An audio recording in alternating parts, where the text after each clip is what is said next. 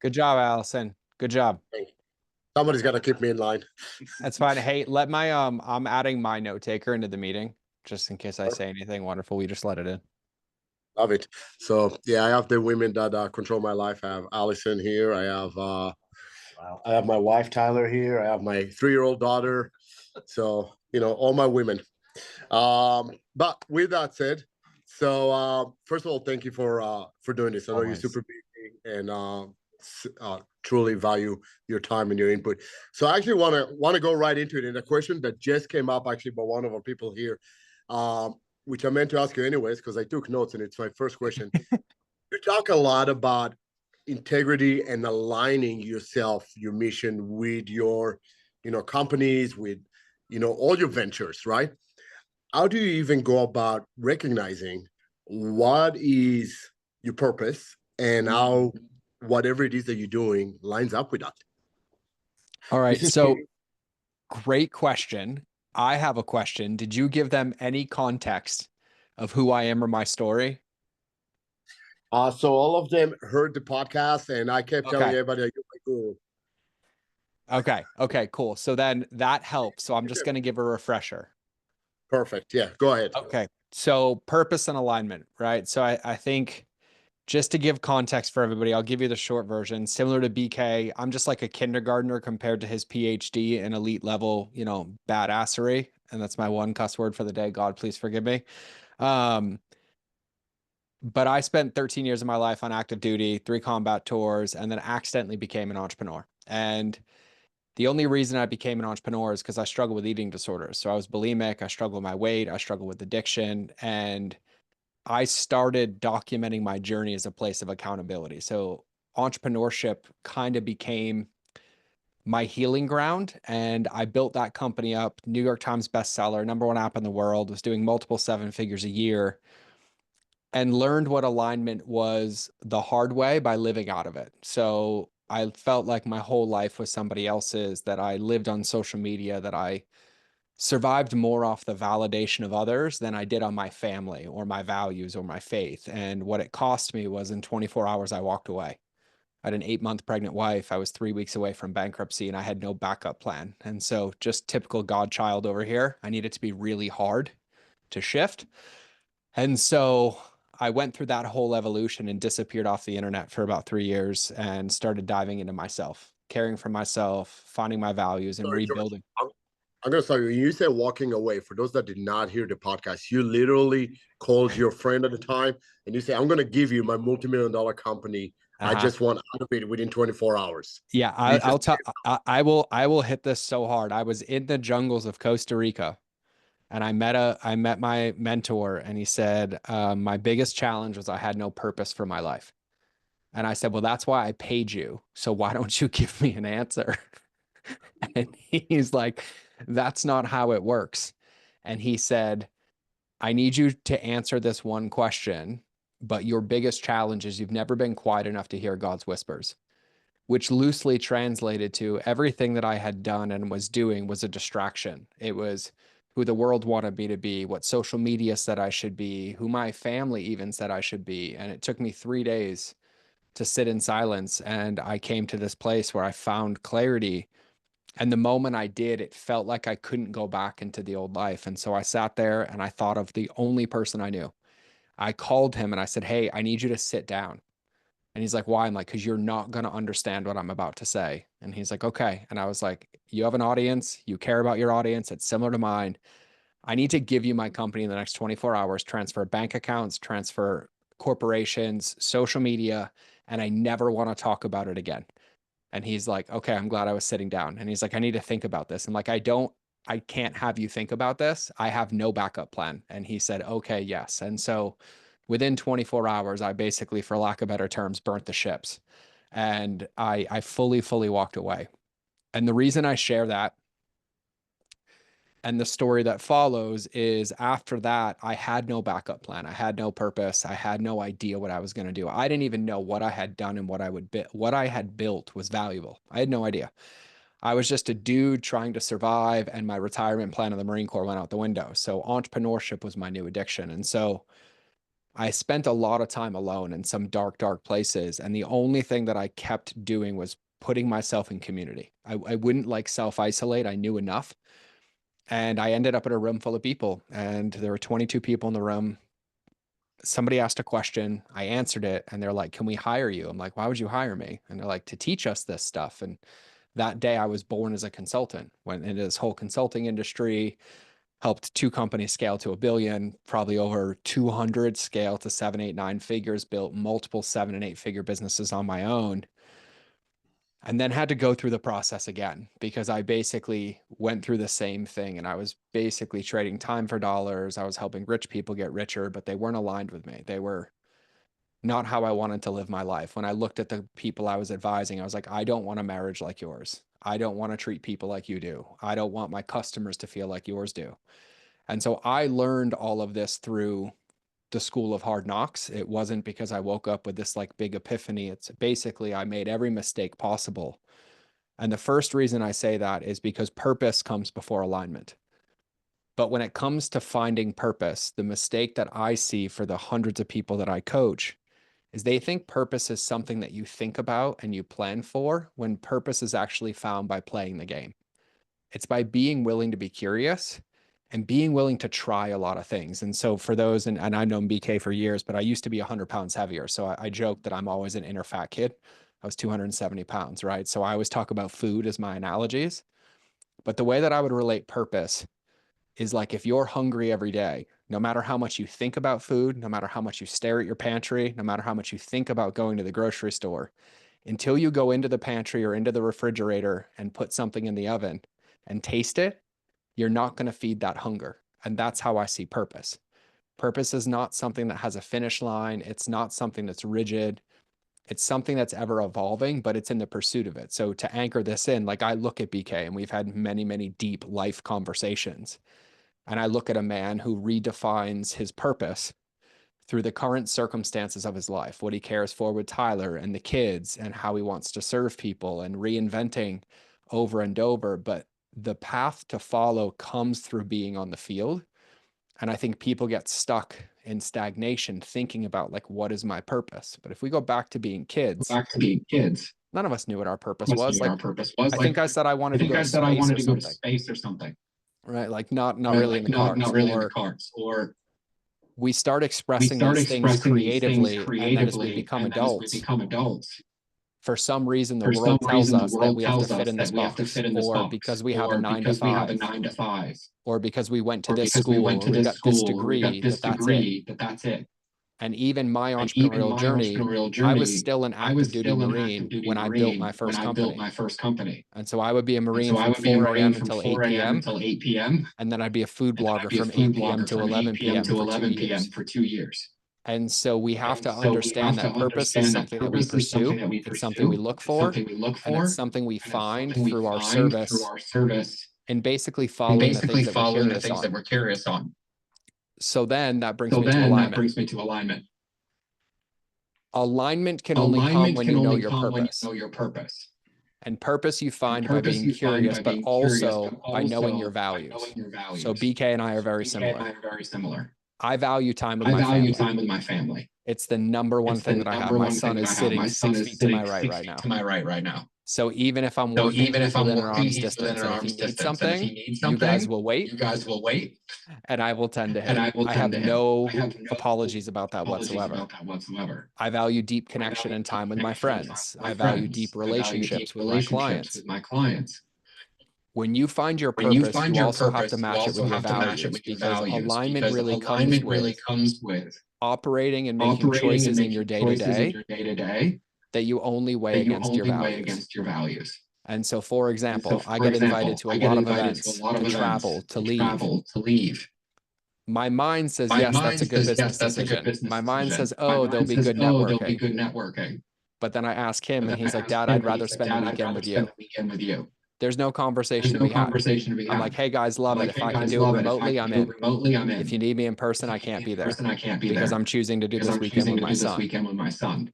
And so when I talk about alignment, I talk about it at many, many levels in life and in business. But really what it boils down to, and BK, I think you use this word, It's knowing your It's knowing values your so that you can values so that establish you can standards, establish standards, and then weighing your and then decisions weighing your against those decisions against standards those of standards yours of instead of the yours instead of world's, the and making world's, sure that you making operate in sure that you integrity with operate in them. integrity with them. Perfect. Love it. Thank you. So I'm going to make a little bit of a shift. A lot of people here are entrepreneurs, business owners, or business managers, right?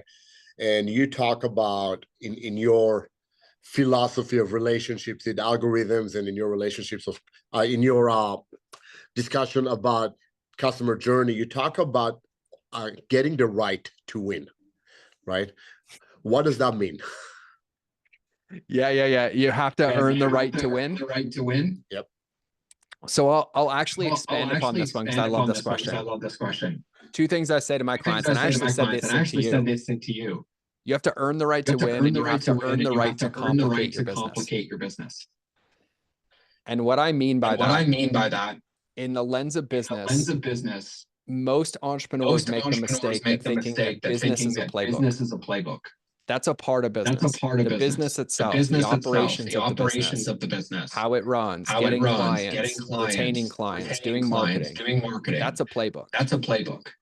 What we neglect is We the neglect person is who's the running the person who's business, which running I the call the business, which I player, call the which is player, us. which is us. And the way that I And teach the this way to that I people, teach this and to people, we're all and mostly in the we're all US, we mostly all in know the who Tom US, we all Brady know who is. Tom Brady is. The reason I say The this is reason I Tom say Brady had this a is Tom playbook for Brady the had a playbook Patriots, for the right? There's Patriots. a playbook Right? of There's a plays to playbook follow of as the plays to quarterback. follow as the quarterback. If I take that If I same take that playbook same and I give it playbook to a and I high give it school to a high senior, school can he senior, go win the can he Super go Bowl win for the the Super Bowl Patriots? for the Patriots? No, but No, yet the but playbook's the yet the same. playbook's the same. The thing that's The thing missing that's is missing he has to is become he the has to player become the who can player execute who that can playbook. execute that Reps on playbook. the Reps on field, the the field, right the emotional right EQ, emotional the EQ, ability to see the the ability to field, see the field field, vision. field Now, vision. eventually he Now, could eventually execute he that could playbook, execute but he that can't playbook, play but at he that can't level play at until that he level earns the until he right earns the right through his own through his practice. own Just like practice. Tom Just like Brady, Tom Brady. everybody celebrated him on Sundays, but Sundays was the byproduct of every other day that he was practicing 10 to 12 hours a day of nutrition, of mindset, of stretching, of mobility, of executing, of lapping. And so when I say to entrepreneurs, you have to earn the right to do business, what most people do is they wake up and they let the business dictate their day. First thing they do is check their phone. They look at social media. They look at the fires that are happening in the company or the challenges that are ahead. And what's the first thing we neglect? We neglect our self-care.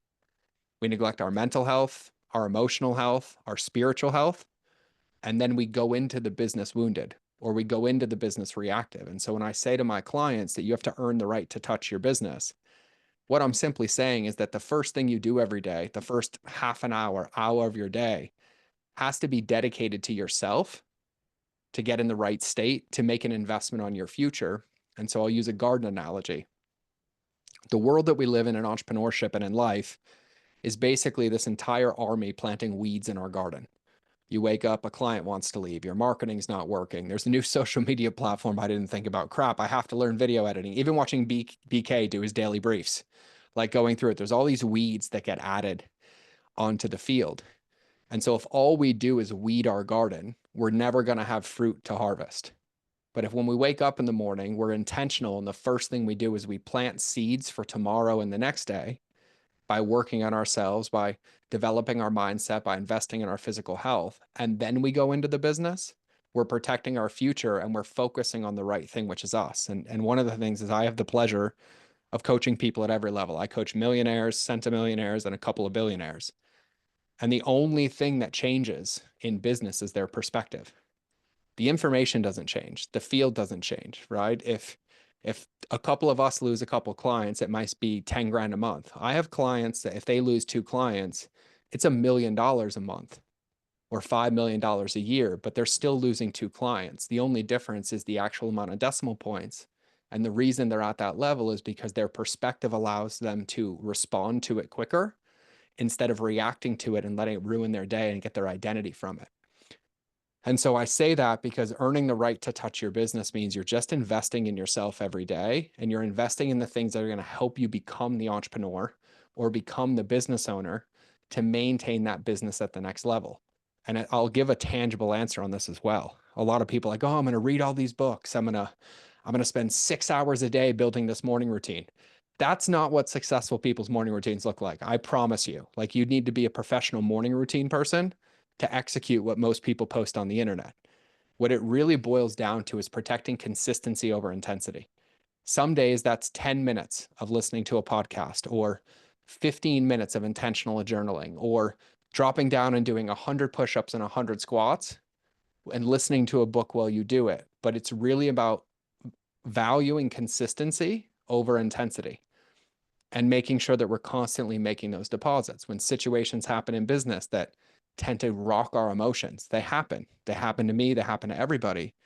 It's being willing to step away from the business for a minute. And BK, you can first aid and triage this for them all day, to be able to use the life-saving steps appropriately. And then put it in BK language, when you go to, trauma medic training or combat medic training, they intentionally try to distract you so that you miss the first step. And if you see somebody with a blown out sucking chest wound, everyone's like, oh my God, stop the bleeding, except their airway's blocked and they're dead in 15 seconds because you never started the breathing. So when these situations happen, we tend to look at the challenge because we're not grounded and centered or willing to step away and take a breath for a minute to triage the field. And entrepreneurship really boils down to how many bombs can be thrown at you every day that you don't let affect your purview, that you're willing to take a step back and survey the situation to figure out the next best step. And these are all things that BK can teach you. Trust me, better than I can. I'm just like a hack over here that hasn't lived that life in 10 years. But we tend to operate in this right or wrong, right or left, but in actuality, it's the next best decision. It's the next best decision. And if your emotions drive that decision, you're going to drive the business into the ground. So when I say you have to earn the right to touch your business, it's getting yourself in an ideal state every day and building a foundation or a home point that if something happens, you can come back to it, you can triage it and change your perspective. So the second part of that is I say you also have to earn the right to complicate your business. And entrepreneurship, and I mean at every single level, people struggle with the same things. They'll have a business, a coaching program that starts to work. So they're like, oh, I want to scale it. So then they'll add all these pieces and then it will stop working. And I'm like, what happened? And they're like, it's not working anymore. I don't know what to do. And they fall into this trap of adding more and adding more. When in actuality, scaling comes from subtraction, not addition. And it means protecting the things that work in the first place and very intentionally expanding them or scaling them as you do it, but never thinking more is the option. And I say this all too often because I'll see people who are like, oh my God, my Instagram's working. Great. Now I need to be on Facebook, LinkedIn, TikTok, YouTube, Snapchat, and all these other things I don't even know. And I'm like, but why? Is it because the world dictated it? Or is it because there's some way it can actually work? And instead of doubling down on the thing that works and then expanding it slowly, they'll get distracted in all the noise and the potential, and it will stop the thing that's working from working anymore. And so we end up self-sabotaging this in business. And so I also like to remind entrepreneurs all the time, business is really, really simple. You need to find people with a problem, create a connection point for them to be able to pay for the solution to that problem, and give them a solution. And there's millions and millions of ways to do that. But the only way to do it effectively is to make sure that you know how you're doing it and keep it simple. The more resistance that exists for somebody, including you, the less likely you are to be able to build and scale that business. So that's how I'd answer that question. I love it. And in your answer, you took away my 4 next questions, by the way, because You're welcome. I have a question. Scaling, customer journey, social media, your SOS model. We're going to talk all that. But really, I'll dive into them in detail, bro. Well, what I want to say is 2 of the things that you mentioned that I try to push to my coaching clients. I always give you credit. One of them is you said it is, and I know you took it for somebody else, but all saying about you don't have the business you deserve because you're not the person that deserves to have it, right? So that's one. The other thing you talk about the floors and ceilings. Yeah, the wedge of expectations. Yep. Can you talk about that real quick? Because I know you just touched on it briefly in the morning routine stuff, but I want to expand on that. And I'm glad that you asked. Yeah. So and I think I said it too. And I think I said it too. That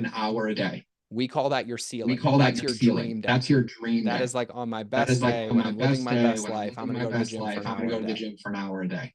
And then I ask my And then I clients a ask second my question. clients I a say, second question. on I your say, absolute on your worst day, absolute worst day, when all three of your when all clients three of leave, your clients when your leave, wife gets when sick, your wife gets when your sick, business partner when your steals from business you, partner steals from you, what's the minimum you what's can the commit to minimum you can protect your commit to future? protect your future? And that's your floor. And that's your floor. And so sometimes And for so me, sometimes for tangibly, me, I go to the gym at I go 4:30 to in the the gym at morning. That's my 4:30 in the sacred morning. God That's time. my sacred God And time. that's my plan every And day. that's my plan every day. But some nights my But 8-year-old some wakes nights me my up in a 8-year-old nightmare wakes at me 1 up in a a.m. nightmare at or 1 2 a.m. a.m. or or 2 doesn't want a.m. me to go in or the doesn't morning. want me to go in the So I have morning. to have a backup So I have plan to have because a my backup schedule is plan from because like my 9 schedule a.m. is till from like 6 9 p.m. a.m. every till day. 6 p.m. every day. So my dream is to So go for my an hour a dream is to day. go My for an hour a floor is day. that I My go for a floor is that I 20-minute go walk for a 20-minute outside, walk no matter the outside, weather, no matter every the single weather, day. every single day. And so for every And so behavior for that you every have in behavior that you business, have in in life, business, in your in life, mindset, in your so my mindset, mindset's so another my one. mindset's another I one. like to learn I every like single to day. learn every single day. So I have a goal to So I have a listen or goal to consume an listen or audiobook or a consume an podcast audiobook for or a at least podcast 30 at minutes a least day. 30 minutes a day. That's my ceiling. That's my My ceiling. floor My is floor 5 minutes. is 5 minutes. So on my phone, I So have on my long phone, I things have saved, long and I things have saved, and I audiobooks and have things that I can audiobooks listen and to in things that I 5 can listen minutes. to in My 5 faith minutes. is super My important to faith me. I'm is super important unapologetic to me. I'm about it. unapologetic about it. My goal is that every My morning for goal an is that hour, I every spend an morning for hour an with hour, I God. spend an hour with God. My minimum My is that I at least minimum is that I read one proverb a day. one proverb a day. So the goal So the is to aim goal for my is to ceilings aim for every my day, but to ceilings every protect my day, but to floors. protect my floors. And here's the And craziest part here's the about this craziest model. part about this model. If you hit your If you floors hit your every single floors day, every single you'll be day, further you'll be along further a year from along now a year than if from all now you than did if was try all to you hit your did was ceilings try to hit your inconsistently. ceilings inconsistently. And there's a really And interesting there's a really concept of the interesting human brain. concept of the human brain. For those of us that have For felt those this of us that before, have we're felt like, this oh, I before, can't we're go to like, the oh, I gym. can't Oh go my to the God, the gym. day's so Oh my long. God, the It's so day's so hard. long. It's so I need to hard. blow off I steam need and to just go blow for a off steam and 5-minute just go walk. for a 5-minute walk. The walk's never The 5 walk's minutes. never 5 minutes. We'll be out there for 20 We'll be out minutes. there for 20 Or minutes. Or when we open the book and we we're like, oh, open I the only book have and we're like, 5 oh, I minutes to only have read. 5 minutes to read. We'll open the book We'll and we'll open end the up book. reading for We'll end 15 up or reading 20 for minutes 15 or because 20 once we get minutes into because the once we get behavior, into we the want to behavior, we consume want more to of that consume behavior. more of that behavior. And so the way that the And floor so and the way that ceiling the works floor is and for ceiling any works goal in is your for any life, goal in business your goal, life, life business goal, goal, life relationship goal, goal, for my relationship people goal, that are for my married. people that are married. You might have a goal You to might date have a Tyler goal to twice a date week. Tyler twice a That's the week. dream. That's the dream. My floor is that My I write a floor is that I handwritten write a note and put it handwritten somewhere note on and her put it computer somewhere on every her single day, computer no every matter single what. day, no matter what. And you can apply this And you can model to apply any this area of model your to life any to give area of your yourself a life to give tangible and yourself a measurable way to tangible and win. measurable way to win. My wife is taking notes there. I got you, Tyler. I got you, I see you, Tyler. girl. I see you, girl. All right, well, I appreciate it. That's awesome, and I always give you credit when I stress that. I think that model is absolutely amazing. Uh, let's talk real quickly, or not real quick, because I know that's the biggest thing of what you do. But that's why I actually don't want to spend too much time on it because there's so much more to you. But customer journey, what is it? What are people doing wrong? How can you do it better? You know, and I know this is a week-long course, but let's It is. let's It get a is. But snippet. I'll give a high level. I'll give a high level because I think it's important. Because I think it's important. Um, Um, oh, and BK, and BK, mute your mic right now so nobody hears the echo so and just nobody hears unmute the when you echo. talk to me. Unmute when you talk to me. Are you blaming me? I'm just being your tech support for the girls. There you go. So the way that customer journey works is first, most people have to understand what it is. Okay. And I think when people hear the word customer journey, what they think is like, oh, I deliver a result to my client. Oh, I give them the program that they bought. Oh, I exchange the product that they asked for. And that is not what a customer journey is. So in order to explain what a customer journey is, I kind of want you to all think about yourself as like a personal trainer. If you walk into my gym and you say, hey, George, I want to hire you for fitness training. I want you to help me lose 50 pounds in the next 6 months. I'm like, amazing. A customer journey is not being like, great, here's your gym membership, here's your supplements, here's your workout plan, here's the food you should eat, good luck. Because if that person gets to the end of that road and doesn't achieve the result, I don't have a business, I have a liability. A customer journey is us thinking through empathetically the steps that somebody's going to follow in our ecosystem to become the person on the other side of what they're paying for. A coaching program, a physical product. And even for physical products peoples, and I'll just hit it really high level, most people think that the business of physical products is selling a product. But how many products do you recommend that you bought that you never used? How many supplements do you continue to buy when you don't take them? Scaling and building a business comes from retention, not acquisition. So I say this to entrepreneurs all the time, and it applies to both physical and digital products. And I go give keynotes, and I'm like, hey, put your hand in the air if your biggest fear is I don't know where my next client's coming from. And everybody puts their hand up, and I'm like, you're going to go out of business. Because if your biggest fear isn't that I have a customer and they didn't get the result that I promised, it's just a matter of time before the Titanic sinks to the bottom. And so a customer journey is understanding that when somebody chooses to pay attention to us, either they give us their credit card, or maybe they give us their email in exchange for a lead magnet or a course or something we're teaching them. Our job isn't done until they've gotten the result or closer to it, or we can be certain that we designed the most ideal path for them to get there. and we can't be the person they blame. That's what a customer journey is.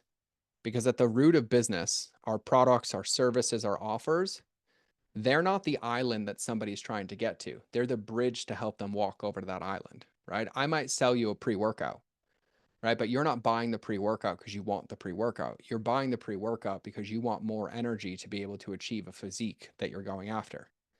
If you buy collagen from me, you're not buying collagen because you like drinking bowhide or cowhide in your coffee. You're buying collagen because you want healthier hair, skin, and nails. But if you buy it and you don't use it, it becomes shelf help. And if it becomes shelf help and I don't continue to help you use the product, you blame me for it not working. So at a high level, customer journey is just like parenting. And I know BK is going to resonate with this one a ton. For any of you that have ever raised a child between 4 and 8 years old, this is the best way that I explain customer journey. And I use my little nugget sitting over here on my right. I love you. He's 8. Okay. Every day we have to leave the house for school at 7:30. No matter what, out the door, 7:30. He wakes up anywhere between 4 and 6:15, whenever his little heart desires. Typically 4 is on the weekends, so I'd make him go back to bed. But he wakes up at, like, let's say 5:30, 6 o'clock. Every morning, there's a certain amount of things that we have to do to get out the door and not pull my hair out, which is why I just shave it, because it's easier than pulling it out as a parent, okay? Brush his hair, brush his teeth, pack his backpack, make his lunch, put his note in it, do his chores, hit his jobs, make sure his snowsuit's on. I live in Montana. Snowsuit on, boots are on, gloves are in the bag, backup clothes are in the bag, right? So if he wakes up at 6 a.m. and I'm like, hey, bro, good morning. He's like, hey, I'm like, here's what I need you to do. I need you to brush your hair, brush your teeth, get dressed, eat your breakfast, pack your lunch, load your bag, put your homework away, put your snowsuit on, meet me at the door at 7:30. What are my chances of getting out the door as a parent? 0. Every parent knows this. That's not a customer journey, but yet that's what most people do when it comes to customer journey. A customer journey is saying, like, hey, bro, good morning. Happy Wednesday. Today's just like any other day. We're gonna have to brush our hair, brush our teeth, and get all the same things done. Right now, I just need you to brush your hair and put your clothes on. And when you're done in the next 10 minutes, meet me downstairs because I'll have your breakfast ready. He comes downstairs, he eats his breakfast. I'm like, amazing, bro. Now you're done with your breakfast. I need you to go brush your teeth and then get your backpack ready. Here's your lunch. Come see me when you're done. Comes and sees me when he's done. I'm like, awesome. You're almost done. I just need you to make sure your gloves are in your bag, your water bottle's full, and whatever time we have left, you can go watch TV. Magically, when we do that every morning, we're done a half an hour early and we always get out the door on time. That's a customer journey. And it applies in every single business. If somebody's buying a product, a physical product, I can't assume that they know how to use that product. I have to give them the guidance to be able to guide them. Say, hey, when the product arrives, put it on your counter. I recommend mixing it with your coffee. The more consistently you take it, the better results you'll get. Every time you get an email from us, just use it as a reminder to take your products. Just like if BK is teaching defensive tactics with a pistol, he's not going to let people walk in the room and hand them a loaded Glock 19 and be like, here, go down range.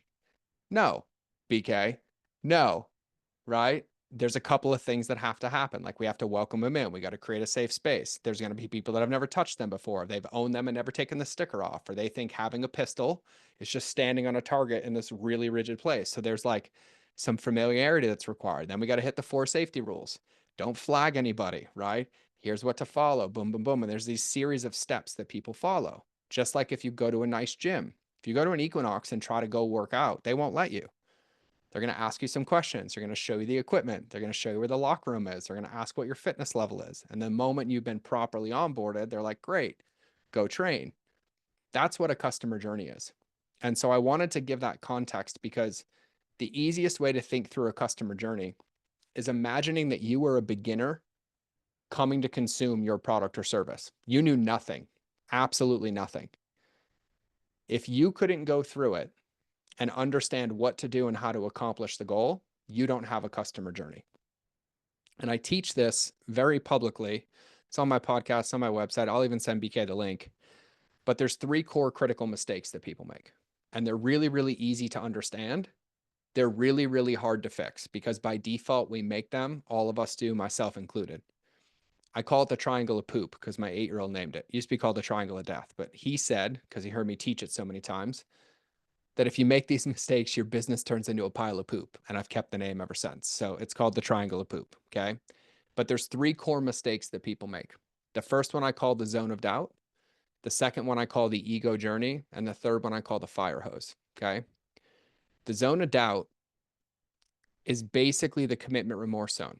It's when somebody is in a heightened emotional state, i.e., they're about to follow me on social media, give me their email address, give me their credit card, and join a program. And in that moment, after they make a commitment, I have them fall into a black hole because I don't communicate effectively of what the next steps are. So if you've ever been on the internet, which we all have, and you've ever put your email and address in exchange for something, I want you to remember a moment where they were like, hey, give me your email and I'll send you my six-minute hacks to get a 6-pack. And you're like, awesome. And you go to your inbox and it's not there. What immediately happens in your body and to your trust? It's not like, oh, I'll follow up. They must have forgotten something. It's like, oh, they didn't send it to me. Or when you've bought in a product and you don't get a follow-up and you're like, did I get a receipt? Did they take my money? Am I ever going to get the product? That's a zone of doubt. Or even worse is when you have an incongruent experience to where you buy a product or you exchange information with somebody and what happens after doesn't match what they told you would happen, right? You'll like join, someone's like, hey, give me your email address and I'll send you my guide to building an online business. And you hit submit. And the first thing you see is like, hey, welcome, please give me your credit card so I can sell you this, this, and this. And you're like, wait, what happened to the thing I signed up for? All of those are zones of doubt and they apply everywhere. They apply in person, they apply in networking, right? And I'll give you a tangible example. If any of you have ever been to a business conference or a business meeting and you met somebody that you didn't know before, typically everybody does the trashy business card exchange, which basically means I care nothing about you and I'm not going to follow up with you, right? But it happens all the time. And you'll meet somebody and you'll be like, oh my God, I'd love to follow up. He's like, yeah, great. I'll give you my card. Give me your phone number. I'll reach out to you tomorrow. Tomorrow never comes. The next day, the next day. And then like a week and a half later, you hear from them. All of a sudden, that thing that you were excited about is no longer excitement. You're like, ew, oh, did you forget about me? Did you blank? That's the zone of doubt. So every decision a human being makes is an emotional based decision. And our job is to make sure that when they make those decisions, we don't leave them in a state of curiosity or evidence collection that they made the wrong decision. And this is a very ubiquitous principle, but it applies everywhere. So a lot of people ask me, like, my social media is not working. Like, what do you mean it's not working? They're like, well, nobody's commenting. And then I opened their profile and I was like, well, there's been 86 people that have commented in the last month and you haven't responded to any of them. And they're like, yeah. I was like, what do you think? They owe you a comment? How many of us would go to our favorite person on Instagram and ask them a question 10 times and then keep asking if they never responded? That's a zone of doubt. Or the worst is they're like, oh, I don't know where to get my business. I'm like, you have 86 unread DMs. Are you going to respond to any of these people? No, they haven't bought. What if they haven't bought because you haven't responded and they're looking for evidence or a connection or a touch point? So that's the first one, which is called the zone of doubt. The second one is called the ego journey. And the easiest way that I anchor this in for people to remember is your customer or potential customer's results will tell them everything they need to know about you. We see a lot of this in the internet where people are posturing.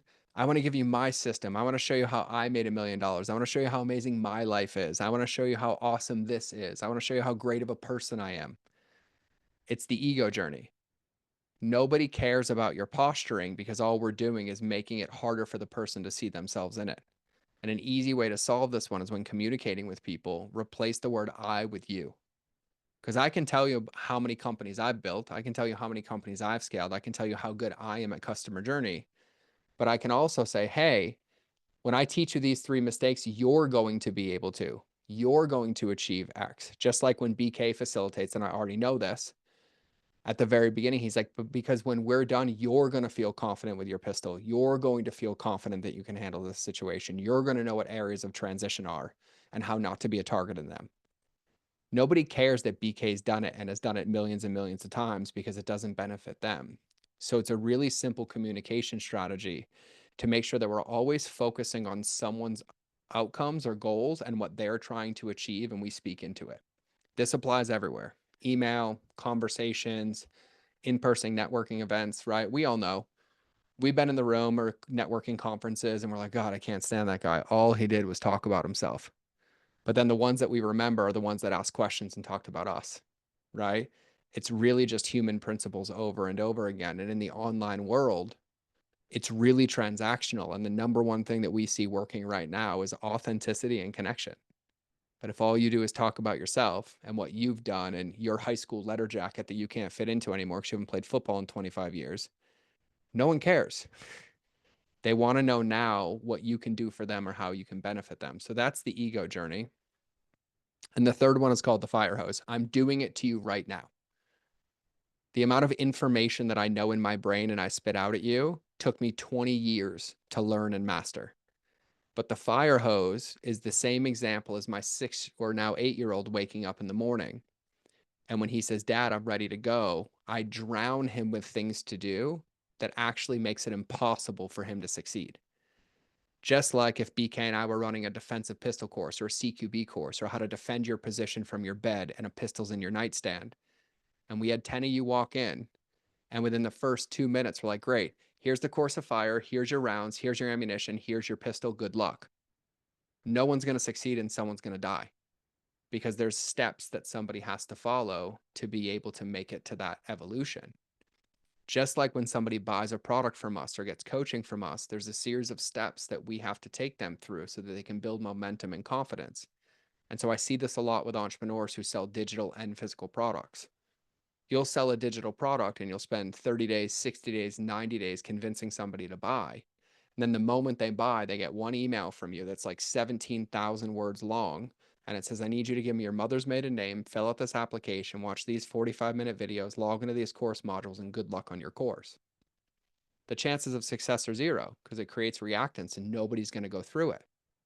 But instead of, I'm like, hey, BK, welcome to the family. It's so good to have you. We're going to spend the next couple of days getting you onboarded, getting you familiar with the platform, telling you how it works so we can dive right into the training. And I break it down into a series of manageable chunks. Then all of a sudden, both of our chances of success go up. So a fire hose is simply when we pump and dump, where we're like, we got them, let's give them everything, right? Or it even happens in person. You'll meet somebody and they're like, hey, tell me about yourself. And then 26 minutes later, you're still talking. And I was like, no, they didn't ask for your biography. Like they asked about you, like give them a little bit of nugget and like kind of toe tap them in, date them first, ask them out to dinner. Like, hey, do you want to go exclusive before I share all the darkest details of my life with you? So these are very ubiquitous and overarching principles for human communication, but they're so ubiquitous that they also become tactics to use in business. So BK, that's the shortest 7-minute masterclass I can give on a week's training. Love it, man. And I'm just thinking about the first time I met my wife and she dumped her whole life on me. And like, I don't know. Hey, it's okay. Hey, it's okay. To her It's like, defense it and your worked. defense, that's because the That's feminine because felt the safe and feminine you're a felt healthy safe and you're a masculine. So healthy Tyler, I masculine. So support Tyler, that all I day. support that all day. But I want to ask you one more question that I have for you, and then I'm going to open it to everybody else because I'm sure other people have questions as well. Can you share a minute about your SOS model? Yes. Yes. Mute me again because that Mute me echo again is because like that echo is nauseating. like nauseating. So the SOS model. So I'm going to tie this back to a previous answer. So the wedge of expectations, right? The wedge of expectations is a model designed for you to be consistent in the areas that matter in your life. Okay. When I typically do this for my clients, I make them break down their daily behaviors into 4 buckets, right? They get to pick the 4 buckets. My 4 buckets are my faith, my mindset, my physical body, and my business. Okay. Those are the 4 areas. It's like my daily workout for my success. Okay. And under each bucket, there's 2 to 3 items. Okay. Each one of those items has the wedge of expectation. So for each behavior, there's a ceiling and there's a floor. And earlier, when I said you have to earn the right to touch your business, the rule is simple. The business bucket's always on the bottom. So in order for you to open your phone or go in your email or do any business, you have to accomplish the behaviors that are in my heart or my faith, my mind, and my body. Okay. So that's like a basic workout for the player that I was talking about earlier. The SOS model is designed to get you back on track when you either lose focus on that or something emotional happens that elicits a reaction and you don't have the ability to respond. And so the SOS is like my IFAC or first aid kit that I use on myself. And I also have a team around me. So just to scenario role play, it's important to tell you how this model was created. So I had a day stacked full of calls one day. This was like 2.5 years ago. And I own a backpack company, a tactical diaper bag company called High Speed Daddy. We make cool tactical diaper bags for dads because nobody wants a pink girly diaper bag. Okay. And so we have a very, very big competitor, and we got caught, and not intentionally, but they became trademark squatters and bought all these trademarks with words that were already on our website. And they had a lot more legal money than we did. So we agreed that we wouldn't use those words anymore. So we also agreed that if we did, we had to forfeit the company and pay an exorbitant fine that was equal to like half the yearly revenue. So I'm going about my day. I get into my office and I have 2 calls scheduled with clients who said yes to working with me to the tune of $150,000. And they were both the calls to collect payment, do the wire, and move into onboarding. About 3 minutes before I got on the call, I got an email from my business partner and said, hey, we just got sued. We violated the terms because there was a word we missed on the website. And he sent me this massive letter from their attorney. I had a frickin' panic attack. And in 3 minutes, I was like, he's going to lose the house. He's going to lose the farm. His wife and kids aren't going to be supported. I have no idea what to do. I jumped on the calls anyways. And in the first 10 minutes of this first client call, they said, hey, something feels off. We're not feeling this. We're not going to move forward. And they ended the call with me.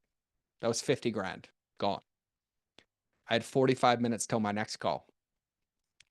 Do you think I did anything about it? No, I just sat there and ruminated. I spiraled. I was in panic attack mode. I was in every single mode. Get on the next call. Same thing happened. It just took a half an hour this time. And they're like, hey, we'll reach back out. I never heard from them again. So in the tune of 2 hours, I lost just over $100,000. And I knew it was going to happen after that call. So I was in straight panic attack mode. So I called my best friend. And I was like, I don't know what to do. The thoughts are dark. Like, this is horrendous. Like, I lost this money. We're going to lose this company. He's like, did you call your attorney? I was like, no. And he's like, call the attorney. So I picked up the phone and I called our attorney. And he's like, he didn't pick up for the first 2. So I just kept calling. On the third one he picked up, he's like, hey, I'm in a meeting. I can't talk. I'm like, no. And he's like, is this about the email?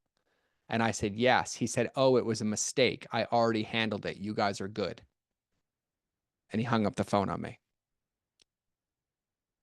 So in that moment, I realized that a temporary emotion lost me over $100,000 on something that wasn't even true. So then I spent a week reflecting on how I could prevent that from ever happening again. And I came up with the SOS model. And the SOS model is really a get out of jail free card. Okay. And the way that this model works, and if I was drawing on my iPad, I would draw it for you, but there's basically 3 buckets. There's the self-treat bucket, there's the triage team bucket, and then there's the medicine cabinet. Okay. The self-treat are behaviors that we can use to state change when we're in reactivity to come back to center. Breath work, going for a walk, listening to a song, doing a somatic release in a pillow, hitting the punching bag, anything along those lines, to where if at any moment in my life or in my business, I find that I'm not executing my playbook, or I'm having a massive emotional reaction, I pause what I'm doing and I spend up to 10 minutes trying to change my state and change my perspective to my previous point at the beginning of this call. The second bucket is called triage team.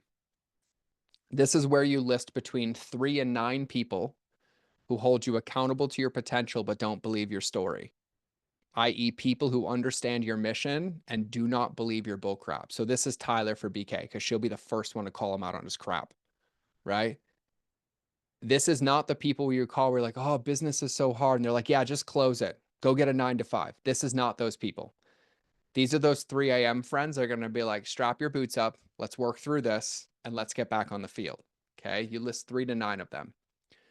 And then the medicine cabinet are things and resources that are anchors or reminders for you in your business and in your personal life that help you stay focused on what you're doing. Okay. And I have a full training on this that I normally give. So I'm condensing this down a lot. Okay. So the way that this works is I tell everybody in the order of effectiveness under self-treat, you list at least the 3 most effective ways you state change.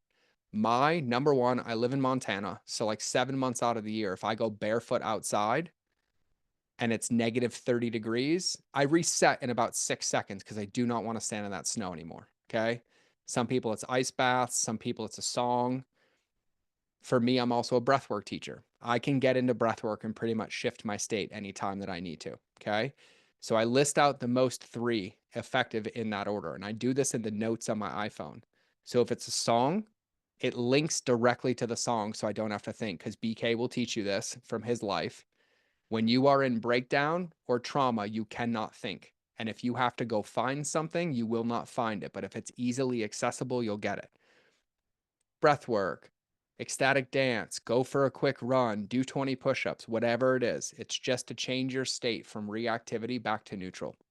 In the military or in the Marine Corps, we say it's shrinking your world as small as possible to what you can control. It's bringing presence back into the situation. And on the top of it, I put set a 10-minute timer. The triage team, you list these people out. And all you tell them is like, hey, by the way, I have some bad days. I put you in my SOS. If you ever get a text from me that says SOS, I need you to call me. And here's what I need you to do. I need you to not allow me to believe this bullcrap and help me change my state.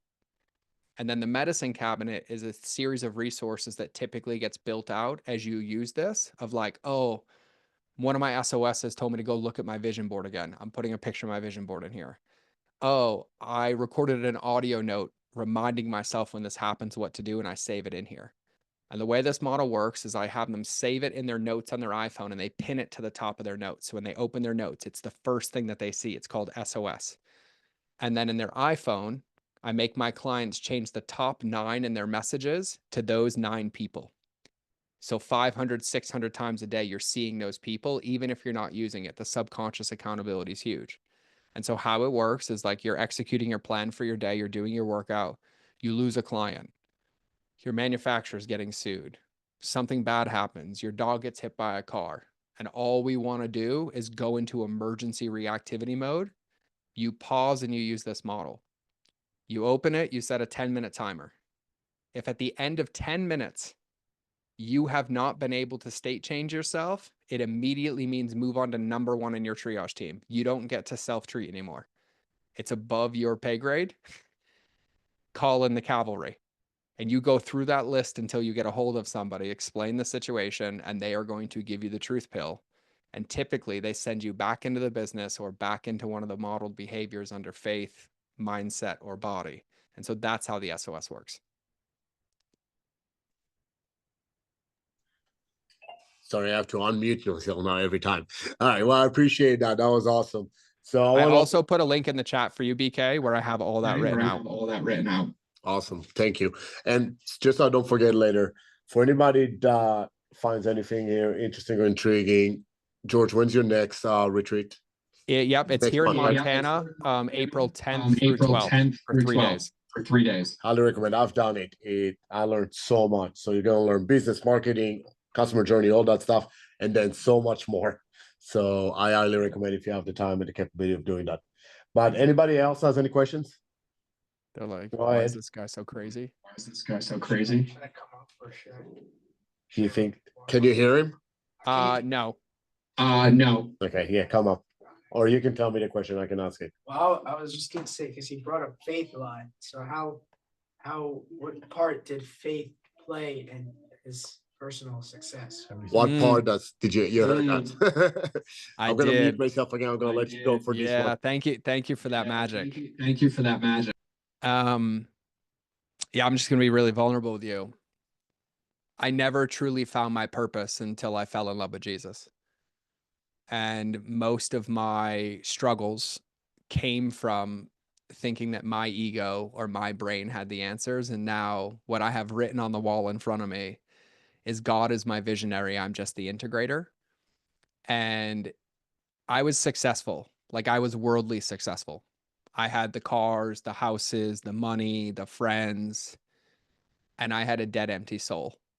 And so I had worldly purpose and it wasn't tied to any bigger impact. And so I'm unapologetic in my faith and I love everybody the same. But for me, it started to bring rocket fuel into every single thing that I did. And also on the other side of massive excavations, because the moment I committed my life to Christ, he decided to come put an F5 hurricane through everything I thought I cared about and everything I valued. And I even wrote a post about this where I said, I never realized I prayed for things that I didn't have the character and scars to maintain. And he put me through let's just call it a workout to become the man who could actually maintain and become a steward of the things that I was asking for. And now I'm eternally blessed and grateful. And I have the most incredible people in my life. And truthfully, I don't even think about the worldly things anymore. I don't think about the bank accounts. I don't have any of it. I sold all my worldly possessions. I'm down to like my one car, my gym clothes, and actually, truthfully, a whole lot of guns, which I will not ever get rid of. And other than that, though, I spend my time in service and in networking and in community events, and it refocused me on true values and the purpose of life and spending time with my son and pouring into people. And even this morning, and I'll share, I've not talked about this.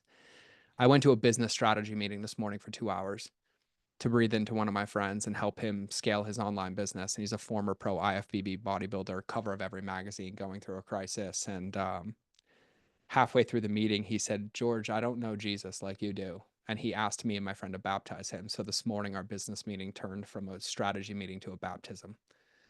And so that's how my day started today. And so I'd say it's the most important thing in my life. And it keeps me focused on being in service and seeing the light and the love in the world, praying for my enemies and pouring into them the best that I can, because that's the only way things change for me.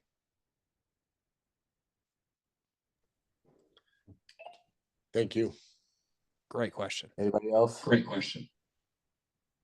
He's going through his own journey right now, trying to figure things out. Oh, me too. Oh, me too. Tyler, give it to me, girl. Tyler has a question. Tyler, give it to me, girl. I'll come up. So I've heard someone that I listen to often. Her name's Ash Butters on her podcast. She has her whole like life journey, sobriety.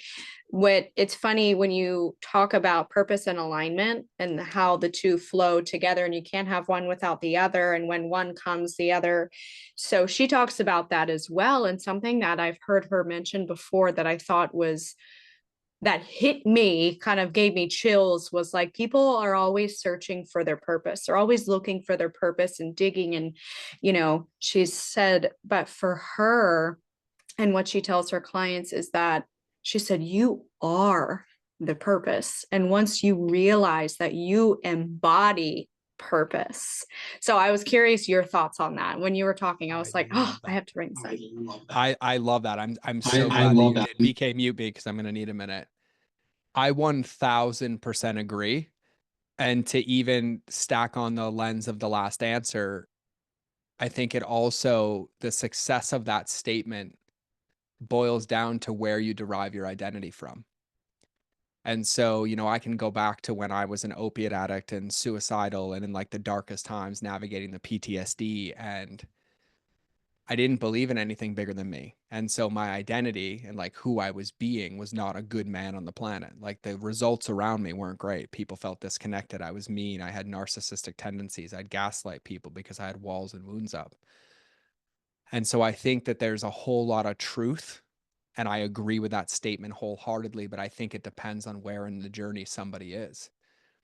And the way that I've found this is, there's a quote that I lived by for years that a personal development teacher gave me 17, 18 years ago, because I was in this place of like, I have no purpose. And I used to tell people, I had like 3 psychologists fire me as a client, because I told them, I'm like, I'm numb. I'm incapable of feeling the things I've done, the things I've seen, like not possible, until one woman was like, you do realize numb is a feeling, right? And I was like, uh-oh, here's where it goes. But I didn't know where to put the energy. And Lisa Kalman, this little 4'11" white woman who felt like she was 8 feet tall, and how she ate me for breakfast every day, looked at me in the eyes and she said, your job for the rest of your life is to give away what you want to get. You want connection, give away connection. You want to feel confidence, give somebody else confidence. You want to feel love, give somebody else love. And it gave this mantra of how I spent my time. And it's actually how the human brain works anyways. And I genuinely believe now, whether you're someone of faith or not, Our life was not designed to sit in a chair. None of us are happy stuck behind a laptop or sitting on the couch, right? We go back 100 years and we've de-evolved so much in the last 40 years that community has always been the secret. Being of service, helping a neighbor out. Can I borrow sugar? I'll bring it right over. That's all been disconnected. And so I think that statement is profoundly powerful. And depending on where you are in the journey, it could be a hard thing to understand if you're in an early place. And my default would be get in the kitchen and go give away what you want the world to give you back. And in that purpose, you'll find your state of being and your intrinsic value that has nothing to do with your skills, nothing to do with your results. And then it becomes, and Tyler, this is going one step further past your question, then it becomes the fact that purpose is really an active pursuit that has no finish line. Because the moment we stop, we're basically telling everybody we're living, but actually we're committing to a slow death because we're just stagnating and not growing. And so whether that's in your family or the depth of your relationship or how you serve people or the impact you have on your community or even your fitness or worldly goals, I think the best definition of purpose is an active pursuit of the next level of myself, and depending on where you pour that into. So I love that perspective. Thank you. Yeah, You're no, I welcome. love that. And actually, I'm going to add one more thing just from my perspective. I think your point about things being never ending in ongoing pursuit goes to everything, right? I always say if it's learning or if it's in business or relationship, right? The second you think you made it, that's when you start dying, right? So you always got to keep growing and moving forward. And Sorry. another question? It's not Ask. a question. but like Jesus, a woman. follow-up. Can you hear me sitting from Yeah. here? Yeah. So off of that question with your answer, another thing that I was realizing, so tomorrow will be 2 years alcohol free for me, or I'd say Yes. sober, but like, Yes. thank you. And We should have a drink. But talking about not only just purpose and alignment, but deserving, the things, but being the person that is deserving of them and doing the things that I've been doing now and recently, whether it's my fitness routine, growing at Masada, being a better mother, being a better wife, these things. 2 years ago, I was not able to do those things. I was not the person deserving of that. And like that aligns with me. Talk about alignment so much. I was not able, I would tell everyone like, well, but I'm working out, but I'm doing this, but I'm doing this, but I'm slamming the bottle and I'm in a horribly mental anguish and I can't, I'm going to kill myself at this rate. And, that was not the person that was deserving of the things that I'm capable of doing now. And that hit me so hard. And it just gets me excited and more fueled for the future. I'm gonna send her to Montana. And the thing, Get her. I need my hands on get her her. more than I I'm need needing my them on hands on you. her more than I needed them on you. Mute me for a Wait second. second. BK, I'm taken. Mute me for a second, BK, just so I can talk about this. Sorry. Just so I can talk. The only thing that I would add, Tyler, and this is to you and to everybody else listening, you are always worthy, but the house wasn't in order for the furniture to fit inside of. And I think that that's the part that everybody loses. Like all of us are worthy. My view for anybody who loves Jesus is all of us are perfect, whole, and complete, but that doesn't mean I'm ready to be a steward of the responsibility that comes on the other side. Like I think about like the peak of my business, and I'll own this all day. When things were good, I was clearing 600K cash a month at a 98% profit margin. And I did nothing good with it. Nothing. Cars, horses, houses. I'd of course overtip and do this thing. God's like, all gone. And I had to go through that so many times because I wasn't able to steward it or be responsible with it. I was always worthy of it. But I had to have the presence. I had to have the perspective. I had to be of sober mind to be able to be in the situations and feel my feelings for them to come in. And I think that there's this incredible, and Tyler, you'll probably enjoy this because I think what also is wrapped into purpose is the ability to be present. And a lot of us aren't ever present. And I say this to entrepreneurs all the time. And I say, We spend our entire life avoiding the one relationship we're guaranteed to spend the rest of it with, which is ourself. And I watch most people hide from their life in business. They're like, oh, I'm building this business for my family. And I'm like, let me quote your kids. Can I interview them? You think if I ask them right now what they want you doing, it's this? No, that's the lie that you're telling yourself. And you think there's a finish line. But when they're 26 and not in the house anymore, the one thing you're going to wish is that you were more present. And what I coach people on is designing their life and then fitting the business in as a modality to support it. Because the one thing that we're all avoiding is presence. And I can give you a litmus test on this. I had a monk on my podcast. I love this man. His name is Elp. He was in a monastery in silence for 7 years. And you want to talk about wisdom. I asked him like what the biggest challenge in life is. And he said, you've never lived a day in your life if you can't poop without your phone. Just unpack that for a minute. Like just think about that. We can't even go to the restroom without this thing in our hand or a book in our hand, because what it requires is that we be connected to ourself and to our body. It means that we have to exist in the nothingness and be okay with what that is. There's this incredible movie. It's called Chasing the Present. This movie changed everything for me. It is just about presence. It's an entrepreneur who had it all and spent 2 years trying to find the answer to presence. And it's incredibly powerful for everybody who watches it. I highly recommend it for everybody, because I think the point that we all tried to get to, and I think this is under purpose, Tyler, and for anybody else this resonates with. And I love that quote even more now that it just collapsed in my like ideation brain. In order for us to be purpose, we have to be fully present without applying it anywhere, or else we don't have one. And so that presence, and this is why the number one thing I have is my, like, if BK was to ask me, like, what's the one most successful practice that you use that you will never get rid of? I do a stillness practice every day. Also translated to a boredom practice, to where like BK's seen me in person before. But if you come to one of my events and the event ends and you look at me, I'm sitting in the corner in silence and everybody thinks there's something wrong. I'm like, no, this is my natural state. I'm not extroverted like everybody thinks. So every day when I drive in silence. When I wake up in the morning, my actual girlfriend thought I was dead one morning because she looks over. I fall asleep on my back and I wake up in the same position because I sleep so restfully. It looks like I'm in a coffin. And she went to like poke me. I'm like, what are you doing? She's like, oh my God, you're awake? I'm like, yeah. She's like, what have you been doing? I'm like, oh, I've just been staring at the ceiling for an hour. She's like, what's wrong with you? I'm like, nothing. I'm so happy right now. I practice this every single day in any moment that I can find, to where everything goes away. And it's really about practicing boredom, which is practicing presence. No phone, no music. And here's one rule.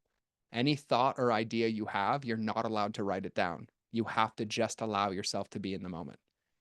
It is the number one most powerful practice I've ever used and ever had in my life. I love it. I think when we talked about it last time, you said, because I challenged the idea of not writing things down, and you said, if it's important enough, you'll remember it later. And if it's not, if you don't remember, it wasn't important to begin with. So I love it. Anybody else has any other questions? Yeah. Give it to me. Give it to me. It's a little bit more hollow than the. It's more from a. I like but hollow more from ones. a- I don't I sweat like when I hollow answer ones. the I hollow don't ones. sweat when I answer the So it's more from a branding, like a business and a branding perspective, right? So I'm I'm in contract space, and what I find is that basically every company is more or less the same, right? So when people talk about finding the secret sauce or so forth, I'm like, realistically, we do the same thing. We can find the same type of technical talent. I feel I'm better, that they feel they're better, whatever it is, but they can find the same technology, apply. Besides a couple of small ingredients, it's more or less the same thing. How do you really differentiate yourself among that field? That is such a good That question. is- And apparently I speak in stories, because this is the easiest way I'm going to explain this. You nailed it. Everybody is the same. Okay.